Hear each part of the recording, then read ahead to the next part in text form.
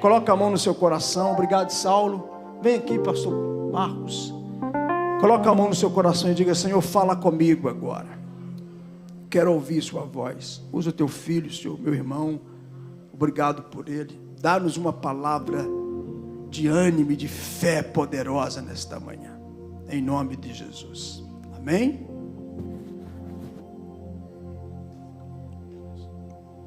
Meus irmãos, bom dia, a paz do Senhor Jesus.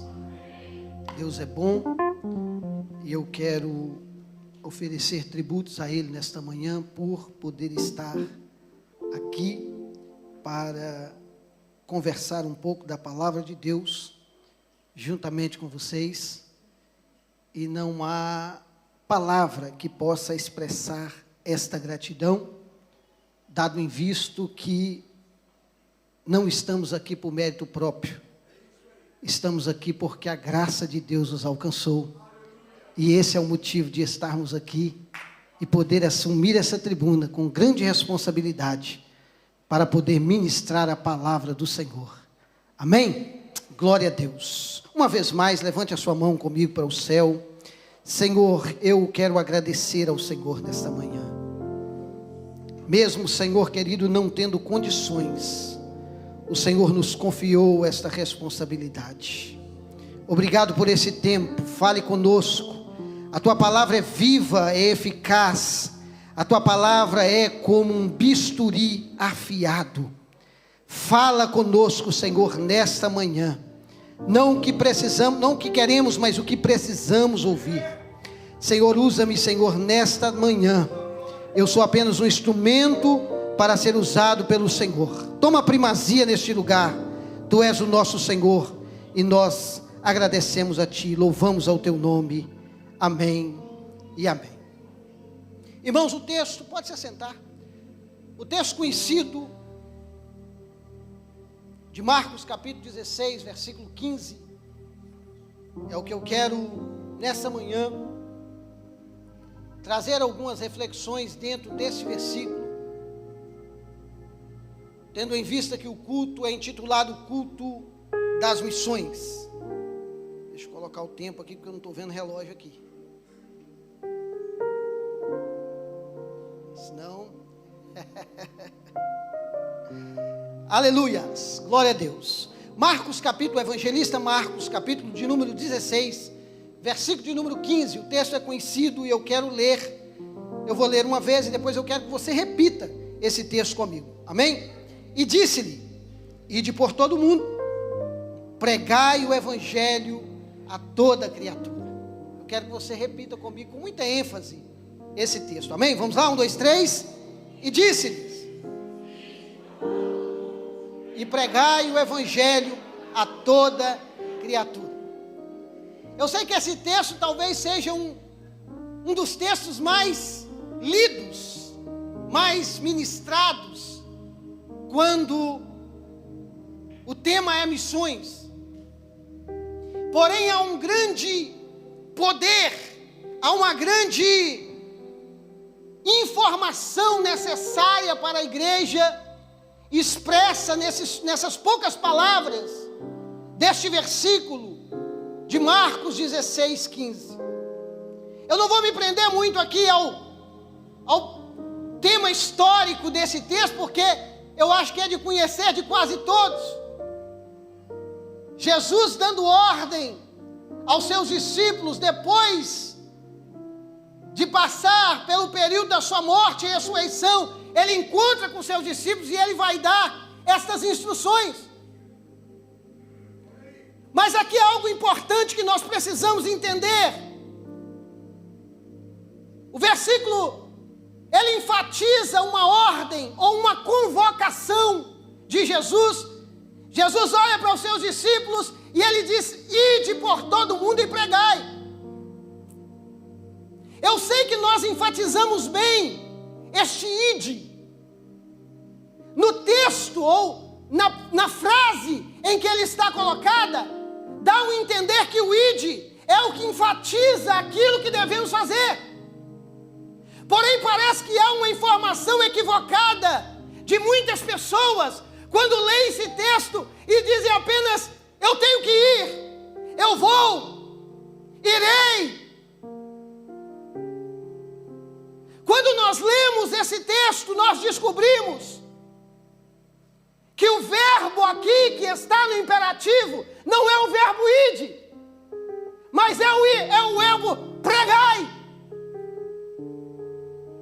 O texto ou a palavra enfatizante aqui não é apenas ir, porque aí muita gente pode ir. Você pode receber uma ordem de qualquer pessoa dizendo vai ali, mesmo sem vontade própria, mesmo sem saber o que vai fazer. Você pode receber uma ordem de alguém, mas o que Jesus estava expressando para os discípulos não era apenas ide, ele estava dando uma ordem a alguém que sabia o que iria fazer, alguém que foi preparado para fazer algo na qual ele esteve com eles durante 3 anos, os preparando para fazer. Ide e pregai. Mas não podemos ir de qualquer maneira, porque senão, o que vai acontecer? Nós vamos voltar frustrados, envergonhados, porque não frutificamos, porque não alcançamos o resultado.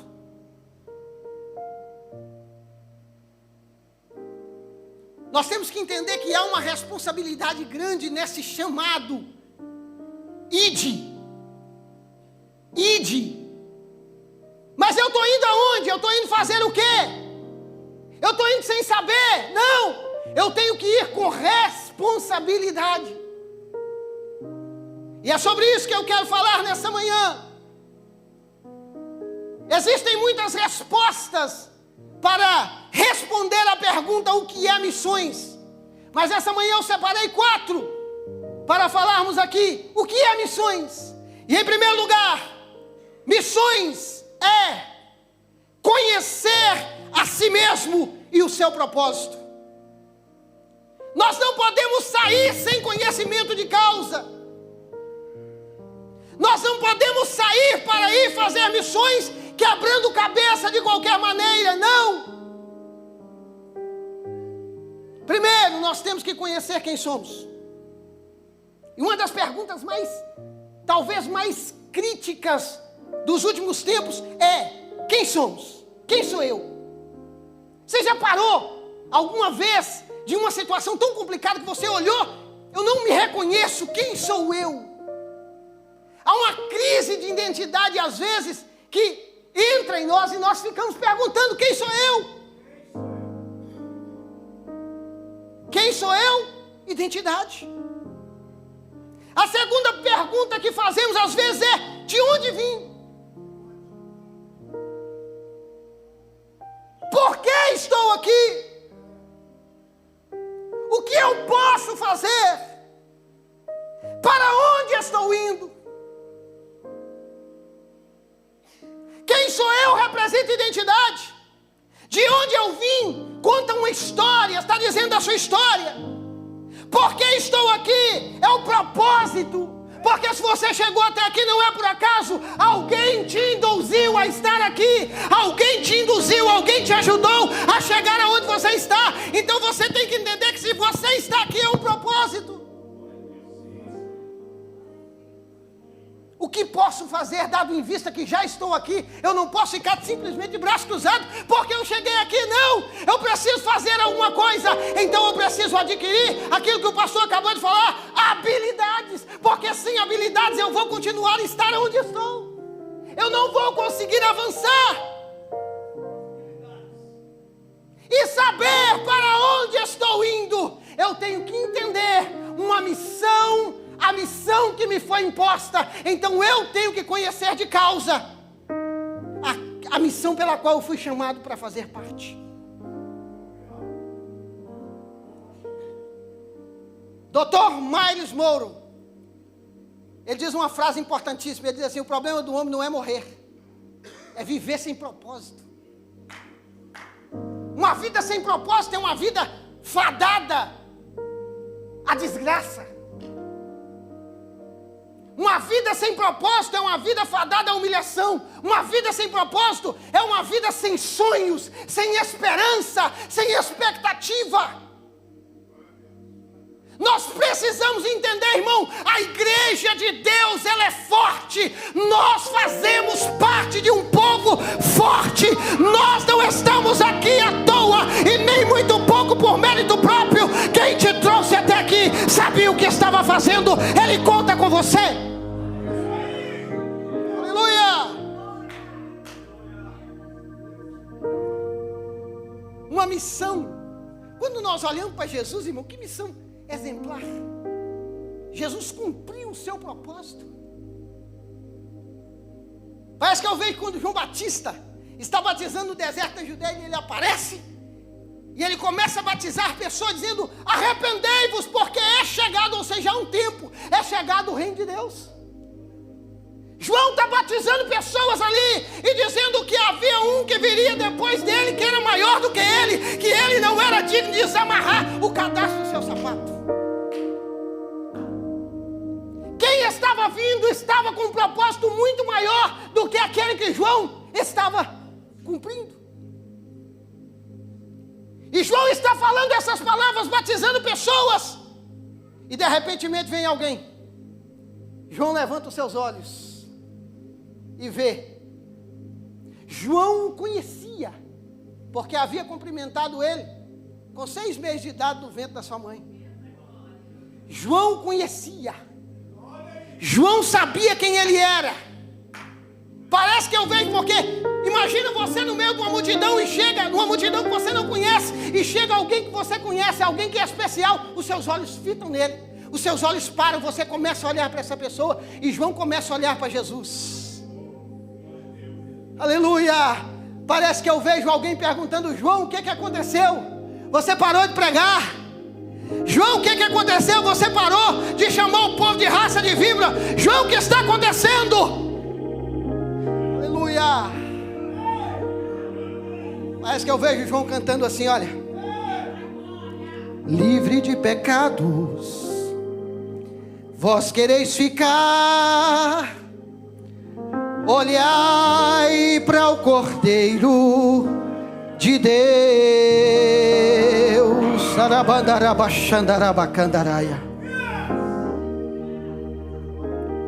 João, mas quem é esse, João? Não esquenta não, ele tem identidade. Ei, João, quem é esse? Não preocupa não, ele sabe de onde ele veio, e ele sabe por que ele está aqui. Este é o Cordeiro de Deus que tira o pecado do mundo. Eu vos apresento nesta manhã, aleluia, o Cordeiro de Deus que tira o pecado do mundo. Ele está aqui nessa igreja, e se você acredita nisso, levante a tua mão no céu, balance ela no alto e dê um glória seja dada ao nome do Senhor.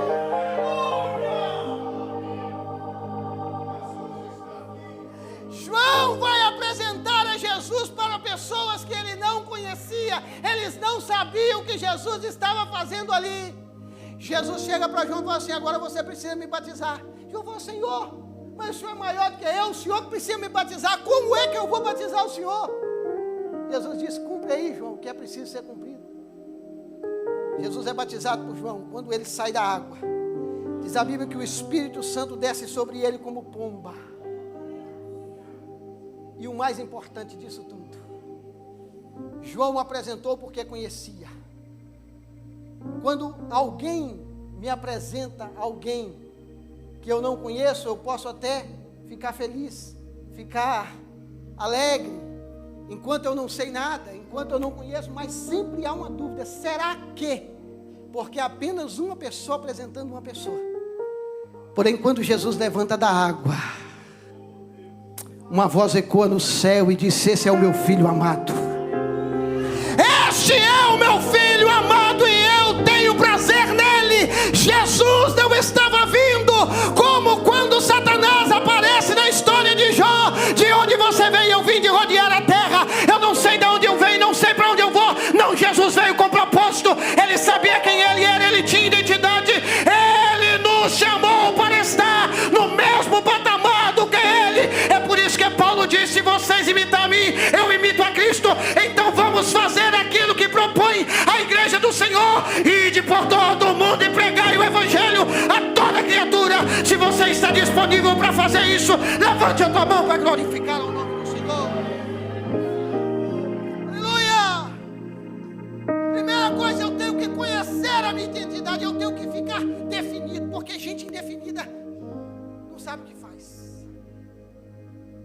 Eu tenho que querer, porque isso aqui é um chamado. Um chamado para quem está disposto. Um chamado para quem quer. Ninguém é obrigado. Você não é obrigado a fazer. Você recebeu uma convocatória e você faz se você se disponibilizar. Quem faz obra metendo o pé na porta, arrancando a porta e entrando para dentro é o Satanás. Jesus não, ele bate. Ele diz: eis que estou à porta e bato.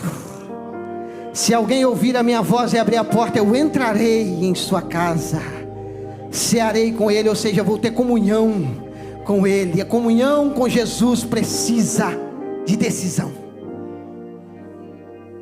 Primeira coisa, fazer missões é conhecer a si próprio e o seu propósito. Segunda coisa, fazer missões é fazer parte de um grupo seleto para aplicar um plano de salvação. Nós não somos qualquer pessoa, nós somos um grupo seleto. Jesus não está falando com os discípulos. Jesus não está falando com o discípulo simplesmente para um grupo que ele encontrou ali de qualquer maneira e ajuntou e falou, não. Jesus está falando para alguém que andou com ele 3 anos, foi discipulado por ele, foi preparado por ele, estavam sabendo o que estavam fazendo, e aí Jesus chama eles e diz: ide. Você não faz parte de um grupo qualquer, você faz parte de um grupo seleto. Ele selecionou. Para quê? Para aplicar um plano de salvação. E que plano de salvação é esse? É um plano que é projetado por Deus, ensinado por Jesus e guiado pelo Espírito Santo. Quer ver isto? É um grupo projetado por Deus. João capítulo 3, versículo 16. Porque Deus amou o mundo de tal maneira que deu o seu Filho unigênito, para que todo aquele que nele crê não pereça, mas tenha vida eterna. Foi projetado por Deus. Era tão grande a responsabilidade desse projeto, que Deus desenfeitou a sua glória, enviou o seu Filho para poder tomar conta desse projeto. Não foi enviado qualquer pessoa, não foi confiado à mão de José ou João ou Maria, não. O próprio Jesus desceu da glória para poder fazer parte desse projeto. Depois disso, em Mateus capítulo 4, versículo 23, e percorria Jesus toda a Galileia, ensinando nas sinagogas, pregando o evangelho do reino, curando todas as pessoas, as enfermidades e os males do povo. Jesus veio com o propósito de ensinar, discipular, fazer discípulo, e ele cumpriu bem o seu propósito. Porém, depois de Deus projetar, Jesus ensinar, chegou o momento de Jesus retornar ao Pai. E aí o que ele faz? Em João capítulo 14, versículo 16: e eu pedirei ao Pai que vos envie o outro Consolador. Este nunca abandonará vocês. Ele é o Espírito Santo. Ele é o Espírito Santo que conduz a toda verdade. A igreja não foi deixada sozinha. A igreja não foi deixada órfã, porque o projeto era muito grande. Precisava de alguém do sobrenatural descer para poder fazer cumprir o propósito. E ele veio. O nome dele é Espírito Santo. Ele habita em vós. Ele está em você. Se você der lugar a ele, ele entra, ele faz morada na sua vida, porque o nosso corpo é templo que habita o Espírito Santo de Deus. Oh, aleluia! E ele faz toda a diferença, porque ele é o nosso paracleto, ele é o nosso ajudador, ele é o nosso consolador, ele é aquele que nos lembra quando estamos quase à beira de cairmos a um precipício. Ele nos dá um cutucão e diz: não é aí, não é por aí, não ande por aí, não vá por aí. Ele é o nosso alertador. O Espírito Santo está aqui nessa manhã, e ele não nos dará, nos deixará a sair do nosso foco, a sair do nosso alvo, porque ele está conosco todos os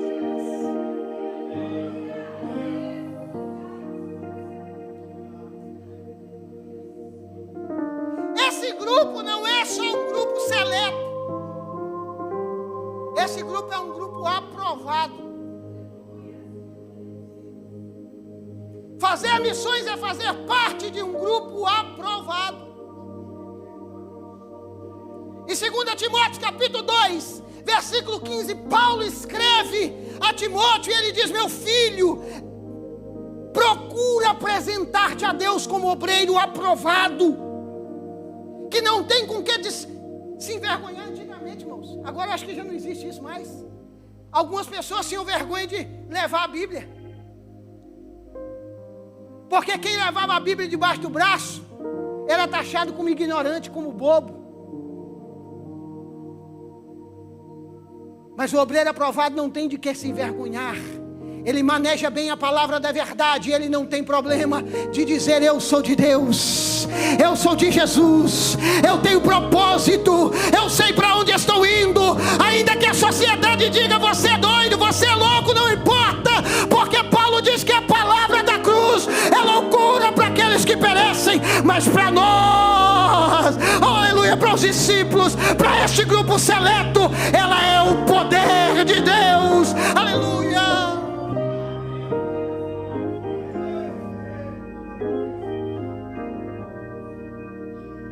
Esse grupo é seleto e ele é aprovado. E para ser aprovado aqui não é aprovado de qualquer maneira. Você passa pelo ISO 9002 do céu, o Alter Quality do céu. Você passa por um controle de qualidade. Há uns anos atrás, há quase 20 anos atrás, eu trabalhei no Vale de Orém, em Fátima, em uma fábrica de louça. E aí, pastor Lúcio, era tudo preparado, as louças, as máquinas faziam. Então, no final, o processo todo, o barro era preparado, era feito a louça muito bonitinho. Então, terminava no final, estavam todas as louças ali. E a gente precisava pegar uma e colocar em cima de uma esteira, porque um raio-x detectava um problema, um erro, uma falha. E ele era colocado de parte. Ela não recebia o selo de qualidade porque não passava no teste, não foi aprovado. Só tem selo quem é aprovado. Só recebe selo quem é aprovado.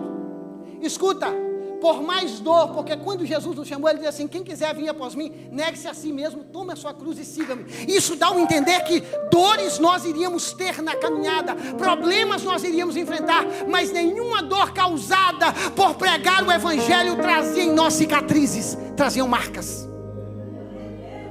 Porque nós temos vergonha das cicatrizes, mas não temos vergonha das marcas.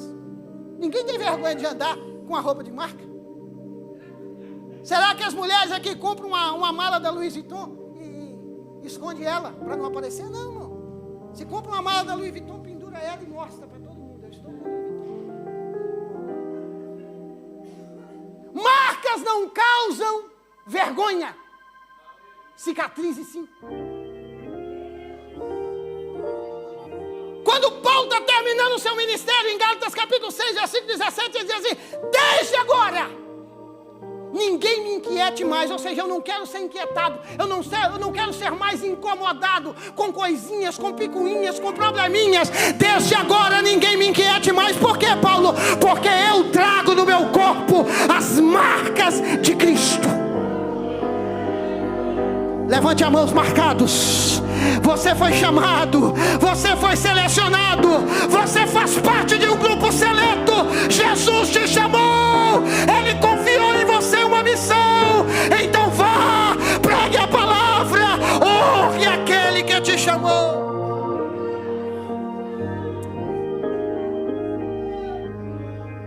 Tem gente que é desaprovado nos 45 do segundo tempo. E não é por causa do projeto e não é por causa de Deus. Eu já vi pregador dizendo que Judas saiu porque tinha um propósito. Não tinha. As coisas podem acontecer errado, mas você não precisa fazer parte delas. No mundo pode ter problemas, mas você não precisa ter o seu dedo, a sua impressão digital lá. Judas tomou uma decisão pessoal. Ah, pastor, mas e se Judas não tivesse traído Jesus? Jesus teria sido preso. Jesus teria sido, porque o propósito de Jesus ir para a cruz estava determinado. Porém, você não precisava fazer parte dos traidores. Coisas equivocadas no mundo acontecem, mas eu não preciso fazer parte delas. Decida que lado você está. Você precisa decidir que lado você está. Estarão dois juntos no caminho se não estiver de acordo? Não. Você precisa estar de acordo. Ande de acordo com a igreja que você congrega. Ande de acordo no lugar onde você vai. Ande de acordo com o pastor que está com a bênção sobre a sua vida. Ande de acordo, porque se você andar de acordo, você não vai passar vergonha de ter que depois colocar uma corda no pescoço como Judas e acabar com a própria vida, ou pular de um precipício. Vai da sua conotação teológica que você acredita, isso não é interessante. Nós somos chamados, selecionados e aprovados. A terceira coisa, ou seja, missão é, em terceiro lugar, proclamar a boa notícia. Nós estamos vivendo uma época que quase que isso fica difícil. Nós estamos na época das mídias sociais, irmão. Quando você pega a mídia, principalmente, meu Deus do céu, quem acompanha as coisas do Brasil, então agora no momento, quando você rola no Instagram, no YouTube, no Facebook, quando você começa a rolar, é só notícia ruim, é um falando o outro, é só notícia ruim. Mas fazer missões é fazer a diferença nesse tempo em que as coisas estão ruins. Fazendo o quê? Apregoando a boas novas. Evangelho é boas novas. O proverbista disse que saia da tua boca palavra de vida. A nossa boca nós precisamos policiar, porque o que sai da nossa boca na condição de discípulos, na condição de pregadores, na condição de homens e mulheres de Deus, são palavras que têm efeito no céu e na terra. Então nós temos que tomar cuidado com aquilo que falamos. Nós somos portadores da boa notícia. Lembrei de uma mensagem do pastor Hudson aqui de uns 20 anos atrás. Portadores da boa notícia. Você é portador de boa notícia. E qual é a boa notícia? Jesus disse: eu sou o caminho, a verdade e a vida, e ninguém vai ao Pai a não ser por mim. Pode estar tudo acabado, pode estar tudo numa situação miseravelmente terminada, mas Jesus disse: eu sou o caminho, a verdade e a vida. Ele disse: olhai para mim e sereis salvos, vós todos os confins da terra. A solução está em apregoar Jesus. Ele é a solução. Quando você não souber o que falar, quando você não souber o que dizer para alguém, aqui em Portugal tem um negócio assim, ó. Quando você chega, o português diz assim: está mal, está mal, está mal demais. O português fala isso, não é? É um hábito. Mas você não. Ao invés de concordar, você diz: não, para Jesus está tudo bem. Nós temos alguém que nos garante a vitória. Pode estar até mal por um período de tempo, mas Ele está preparando a nossa vitória. A primeira notícia que você tem que ter na tua boca é que o Evangelho é o direito de salvação.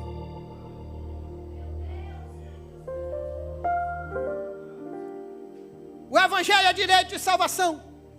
Efésios capítulo 2, versículo 8. Porque pela graça sois salvos por meio da fé. Isso não vem de vós, é dom de Deus. Então o Evangelho é direito de salvação. Em segundo lugar, o Evangelho é transformação, porque quem aceita Jesus, quem conhece o Evangelho, não vive a mesma vida, ele é transformado. Atos dos Apóstolos capítulo 3, versículo 19. Arrependei-vos, portanto, e convertei-vos, para que assim seja apagado os vossos pecados. Aleluia. O seu pecado é apagado quando você reconhece Jesus como, aleluia, o autor da sua vida. Terceiro lugar, terceira notícia: o Evangelho é a certeza da salvação. Não adianta só ter direito, é preciso ter certeza. João capítulo 5, versículo 24. Na verdade vos digo, que quem ouve a minha palavra e crê naquele que me enviou, tem a vida eterna. E não entrará em condenação eterna, mas passou da morte para a vida. Nós temos garantia em Jesus, que nós seremos salvos. Oh, João, estas coisas eu vos escrevo, a fim de saberdes que tendes a vida eterna, a vós outros que credes no nome do Filho de Deus. O segredo da vitória, através da palavra que sai da tua boca, é Jesus, é o centro, a solução, o autor de toda a solução para a tua vida.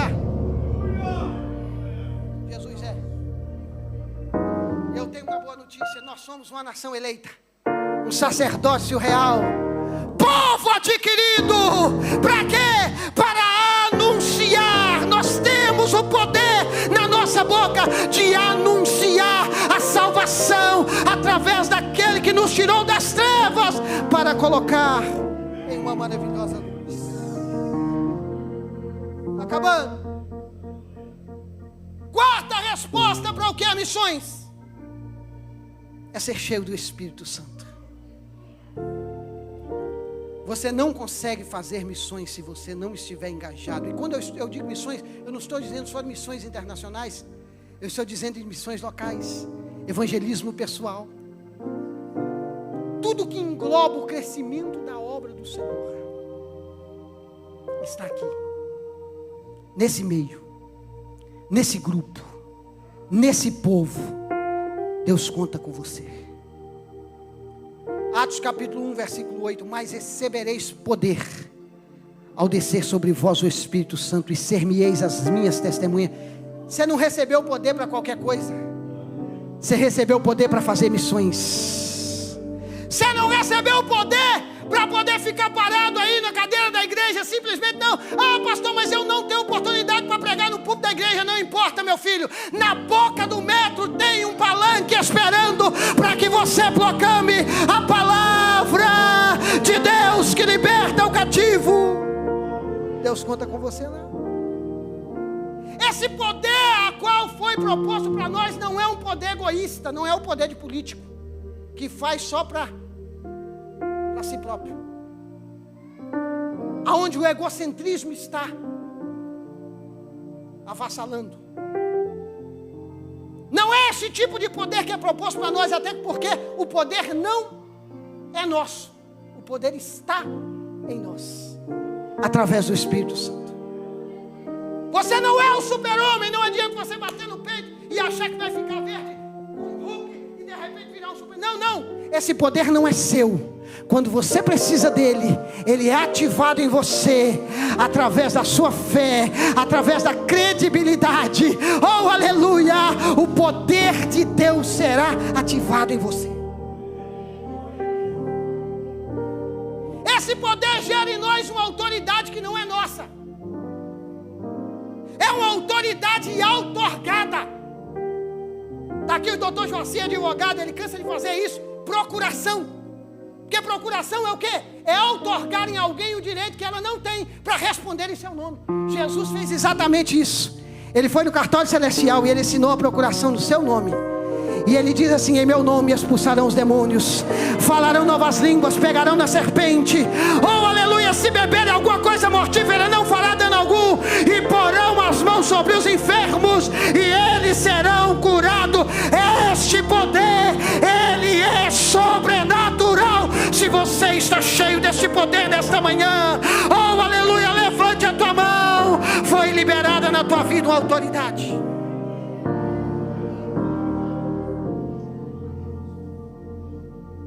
Esse poder, ele é poder para multiplicar, ele é poder multiplicador. Porque a igreja com cadeado na porta, que tem dentro dos seus membros como clube social, não é igreja. É qualquer outra coisa, não é igreja. A igreja precisa crescer. A responsabilidade dessa cadeira que está vazia ao seu lado não é do pastor da igreja, não é da organização da igreja, é sua. Isso é discípulos. Discípulos fazem aquilo que o seu mestre manda. E ele disse: ide. e pregai.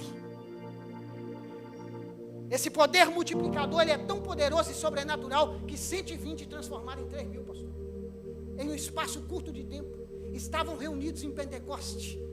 Atos capítulo 2, e de repente um vento veemente impetuoso encheu a casa, e todos foram cheios do Espírito Santo. Oh, aleluia, o negócio foi tão gostoso, que Pedro saiu de lá tão cheio, e ele começou a pregar, e enquanto Pedro pregava, as pessoas vinham vindo aceitar, e no final da história, 3.000 almas agregaram a igreja do Senhor. Isto é poder, não é um poder que está ligado à inteligência humana, não é um poder que você pode sacar das faculdades de Lisboa, não é um poder que está outorgado por uma autoridade política. Este poder, ele é sobrenatural, ele vem do céu, e ele pode ser ativado na tua vida através da fé.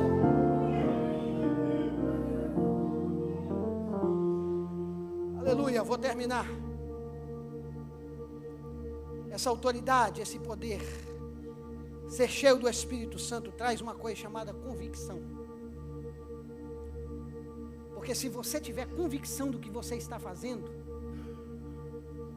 ter convicção é estar isento de qualquer dúvida. Isso é fé. Não foi isso que o escritor aos Hebreus disse? A fé é o fim e fundamento das coisas que se esperam e a prova daquilo que não se vê. Convicção, fé. E essa convicção para fazer missões, eu tenho que ter. Olha em Marcos 16:14.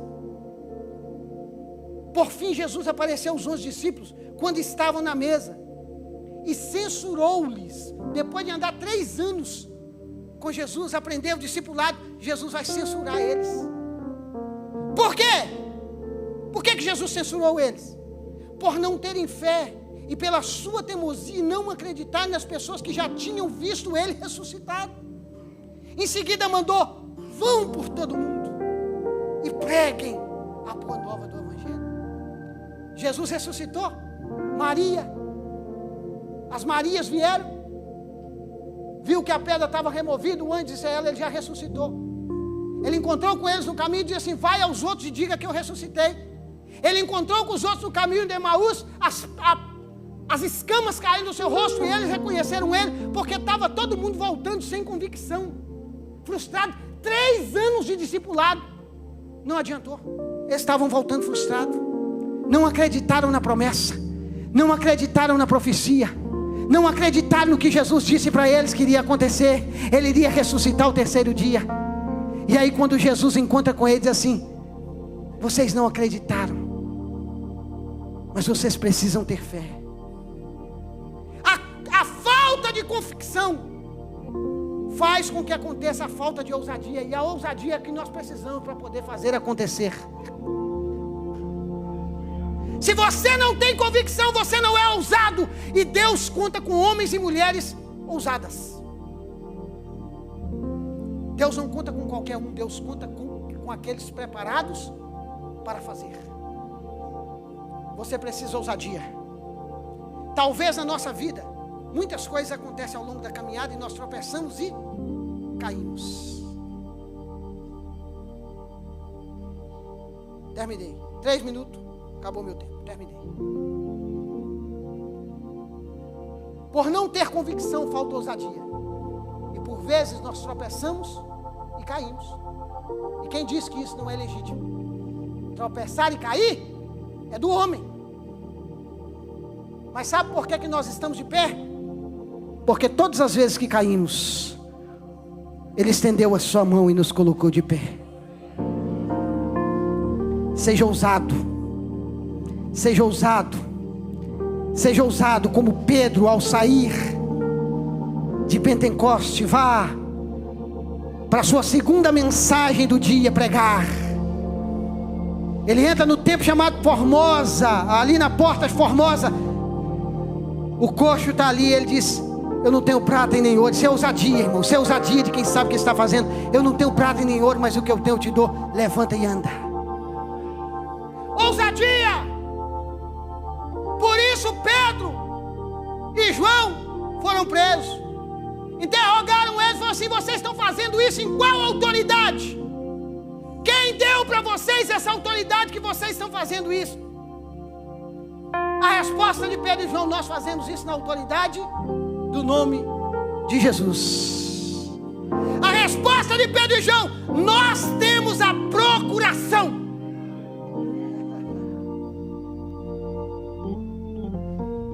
Diz a Bíblia que, não tendo como pegar eles, fizeram uma ameaça, porque o Satanás, ele é assim, ele faz ameaça. E quando nós não temos convicção, nós caímos, irmão, nas ameaças de Satanás. Diz a Bíblia que ele anda rugindo. Ele não é o leão, mas ele anda rugindo como um leão, buscando a quem possa tragar. Ele é o imitador do leão, tentando confundir você. Mas se você tem convicção de quem te chamou, você terá ousadia para dizer: sai daqui, Satanás, eu sei quem me chamou, eu tenho identidade, eu me conheço, eu estou engajado em um grande propósito, eu não vou parar.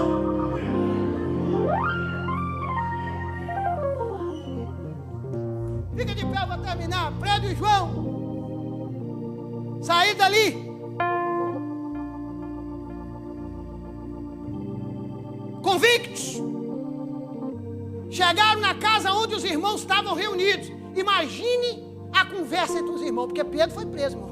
Quando alguém é preso, irmão, todo mundo fica com medo, não tem jeito. Alguém foi preso, Pedro, o propósito está terminado. Nós vamos ter que parar, nós vamos ter que esconder, nós vamos ter que recuar.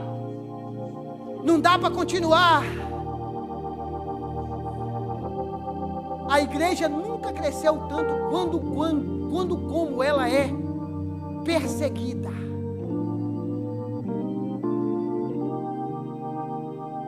Diz a Bíblia que Pedro e João chegou lá para encorajar os irmãos.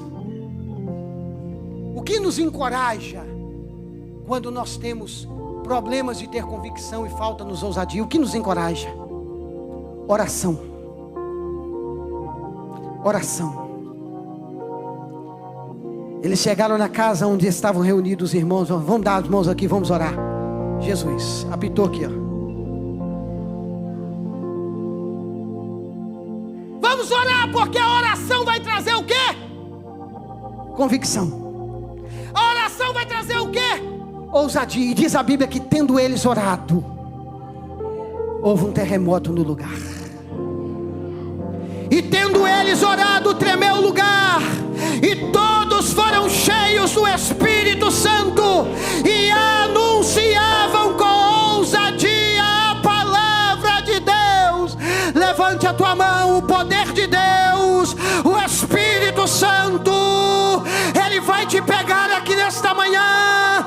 Você vai sair daqui entendendo que você precisa ser cheio do Espírito Santo, para que a obra a qual ele confiou em você seja feita. Você será usado na cidade, você será usado no teu trabalho, você será usado nas ruas onde você anda, você será usado no transporte público, aonde você estiver. O poder de Deus virá sobre a tua vida, e você se manifestará como um missionário engajado em uma grande obra. Levante a tua mão, aleluia, porque você, como um farol que brilha à noite, como ponte sobre as águas, você é, aleluia.